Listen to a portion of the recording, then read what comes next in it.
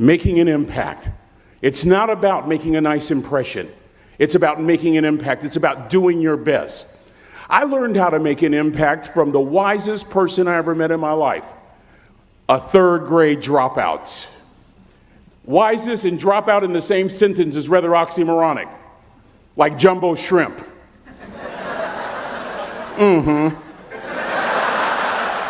Like fun run. Ain't nothing fun about it.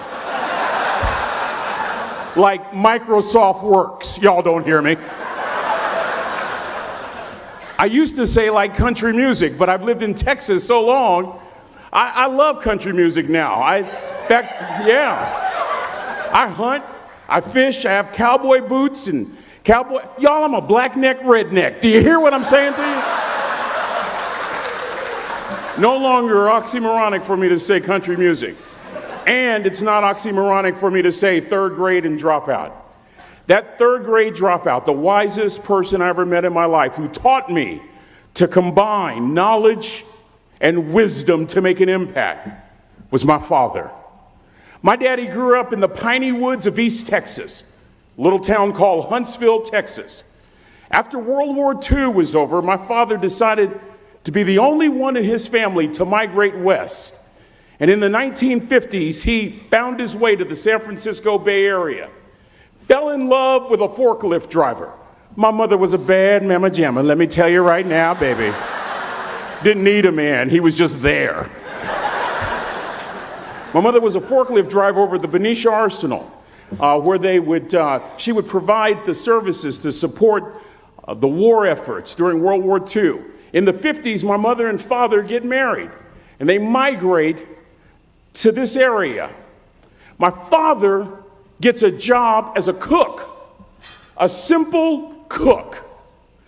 Wisest man I ever met in my life. Just a simple cook at some school called California Maritime Academy. Oh, come on with you, come on.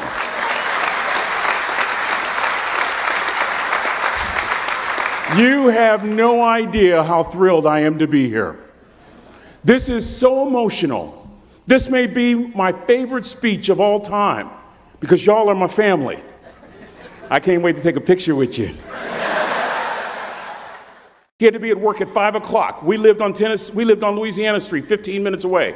My mother said for nearly 30 years, my father left the house at 3:45 in the morning. One day she asked him, "Why, Daddy?" He said, "Maybe one of my boys will catch me in the act of excellence. I want to share two things with you. Aristotle said you are what you repeatedly do. Therefore, excellence ought to be a habit, not an act."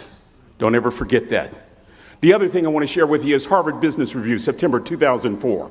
The article is titled Deep Smarts. Here's the thesis. Lecturing, what our universities are based upon, is the worst kind of teaching method, usually. Present company excluded.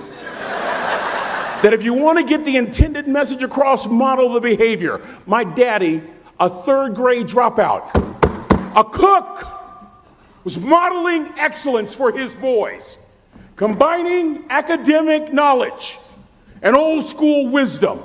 That's what makes an impact. An impact as you go all over the world. You're not interested in making a nice impression, you want to make an impact. Lesson number 3, be kind to people. He always told us kind deeds are never lost. I get to do a lot of NFL chapels. You see some amazing things with those National Football League players. You see guys that can bench press 200, 300 pounds 20 times.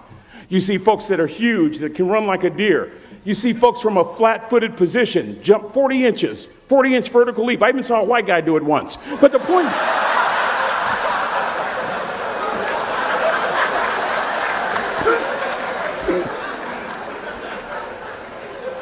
You know what stops me in my tracks? When I see one of those rich folks show kindness. It literally stops the world. George Washington Carver said, "When common people do common things in uncommon ways, they command the attention of the world." I just described your grandmother. I know you're tough. I know you're seaworthy, but always remember to be kind. Always. Don't ever forget that. Never embarrass mama. Yeah. If mama ain't happy, ain't nobody happy. If daddy ain't happy, don't nobody care. But you know, I'm trying to tell you. Next lesson. Lesson from a cook over there in the galley. Son, make sure your servant's towel is bigger than your ego. I want to remind you, cadets, of something as you graduate. Ego is the anesthesia that deadens the pain of stupidity. Y'all might have a relative in mind you want to send that to. Let me say it again. Ego is the anesthesia that deadens the pain of stupidity. Pride is the burden of a foolish person. You'll never be a great shipmate. You'll never be a great executive. You'll never be a great teammate if it's all about you. You'll never be a great supervisor or council person if it's all about you. You'll never be a great staff member if it's all about you. Rather, make sure that servant's towel is always big. On President Cropper's bookshelf, in his bookshelf, he has every book from Plato's Republic to Lessons in Leadership by Coach Wooden. John Wooden coached basketball at UCLA for a living, but his calling was to impact people. And with all those national championships, guess what he was found doing in the middle of the week? Going into the cupboard, grabbing a broom, and sweeping his own gym floor. You want to make an impact? Find your broom. Every day of your life, you find your broom. You grow your influence that way. That way you're attracting people so that you can impact them. Final lesson. Son, if you're going to do a job, do it right. I don't have to tell you all that, Cal Maritime, and I know grammatically that's not correct. It ought to be do it well, but I like that old school ghetto kind of do it the right way. I'm thinking about a little boy in Los Angeles. All he wants to do is play Little League baseball. His mother can't even afford to buy him a glove. And he eventually plays Little League, and he's really good. And he's so good he gets a scholarship to Cal Poly San Luis Obispo. And he's so good he gets drafted by the San Diego Padres. And he's so good he helps the St. Louis Cardinals win a World Series. And 12 years ago, when Ozzie Smith walked into the Hall of Fame, he said during his induction speech, and in part I quote word for word, he said, I've always been told how average I can be. Always been criticized about being average. But I want to tell you something. I stand here before you, before all of these people, not listening to those words, but telling myself every single day to shoot for the stars, to be the best that I can be. Good enough isn't good enough if it can be better. And better isn't good enough if it can be best. That's the California Maritime way. Good enough isn't good enough if it can be better. Better isn't good enough if it can be best. Let me close with a very personal story that I think will bring all this into focus. Wisdom will come to you in the unlikeliest of sources, a lot of times through failure. When you hit rock bottom, remember this. While you're struggling, rock bottom can also be a great foundation on which to build and on which to grow. I'm not worried that you'll be successful. I'm worried that you won't fail from time to time. The person that gets up off the canvas and keeps growing, that's the person that will continue to grow their influence. Back in the 70s, to help me make this point, let me introduce you to someone. I met the finest woman I'd ever met in my life. Back in my day, we'd have called her a brick house. I was going to that great academic institution in the north, Chico State. Y'all don't know what I'm talking about. Probably studying really hard. Let me just put it to you like this. I haven't always been a preacher, if you understand what I'm saying. This woman was the finest woman I'd ever seen in my life. There's just one little problem. Back then, ladies didn't like big old linemen. The Blind Side hadn't come out yet. They like quarterbacks and running backs. Any former quarterbacks or running backs here, raise your hands. Why, a couple of you? Punks. Anyway, so we're at this dance, and I find out her name is Trina Williams from Lompoc, California, and we're all dancing, and we're just excited. And I decide in the middle of dancing with her that I would ask her for her phone number. Trina was the first one. Trina was the only woman in college who gave me her real telephone number. The next day, we walked to Baskin & Robbins ice cream parlor. My friends couldn't believe it. This has been 40 years ago, and my friends still can't believe it.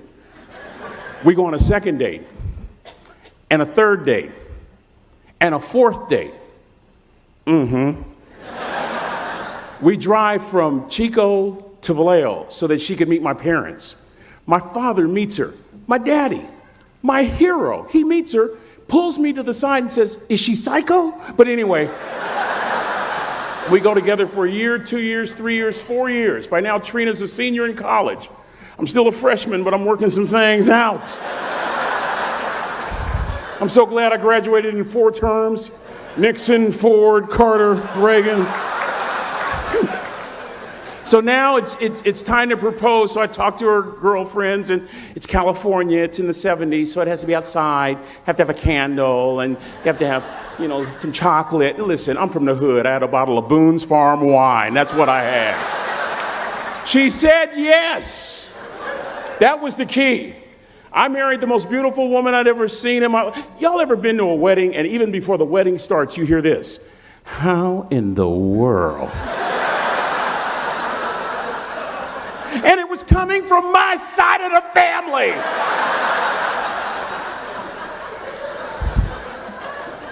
We get married, we have a few children, our lives are great.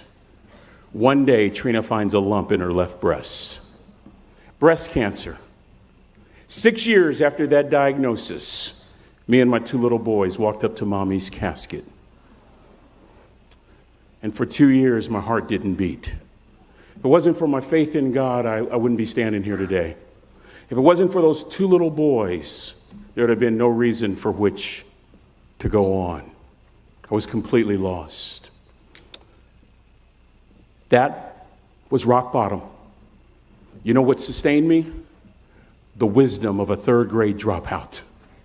The wisdom of a simple cook from California Maritime Academy. We're at the casket in College Station, Texas. I'd never seen my dad cry. Big, strong man. There are several alumni that remember Riggs that are here. We've been sharing stories all weekend. But this time I saw my dad cry. That was his daughter. Trina was his daughter, not his daughter-in-law. And I'm right behind my father, about to see her for the last time on this earth. And my father shared 3 words with me that changed my life right there at the casket. It would be the last lesson he would ever teach me. He said, "Son, just stand." President Cropper, Captain Bolton, Rear Admiral DeQuatro, I don't think there's anything more profound that I can share with these cadets than these words. You keep standing. You keep standing, no matter how rough the sea, you keep standing. And I'm not talking about just water. You keep standing. These were some of her last words to me. She looked me in the eye and she said, "It doesn't matter to me any longer how long I live. What matters to me most is how I live." Cadets, I've come here with honor, with bells on, to ask y'all one question. A question that I was asked all my life by a 3rd grade dropout. How you living? How you living? Every day ask yourself that question, how you living? Here's what a cook in the dining center would suggest you to live this way. That you would not judge, that you would show up early, that you'd be kind, that you'd make sure that that servant's towel is huge and used, that if you're going to do something, you do it the right way. That cook would tell you this, that it's never wrong to do the right thing, that how you do anything is how you do everything. And in that way, you will grow your influence to make an impact. In that way, you will honor all those who have gone before you, who have invested in you, from teachers to grandparents to mom and dad. And when you combine that academic knowledge with that wisdom, oh my goodness, you will change the world. So to the class of 2017, it is with great honor that I say all your life, look in those unlikeliest places for wisdom. Enhance your life every day by seeking that wisdom and asking yourself every night, how am I living?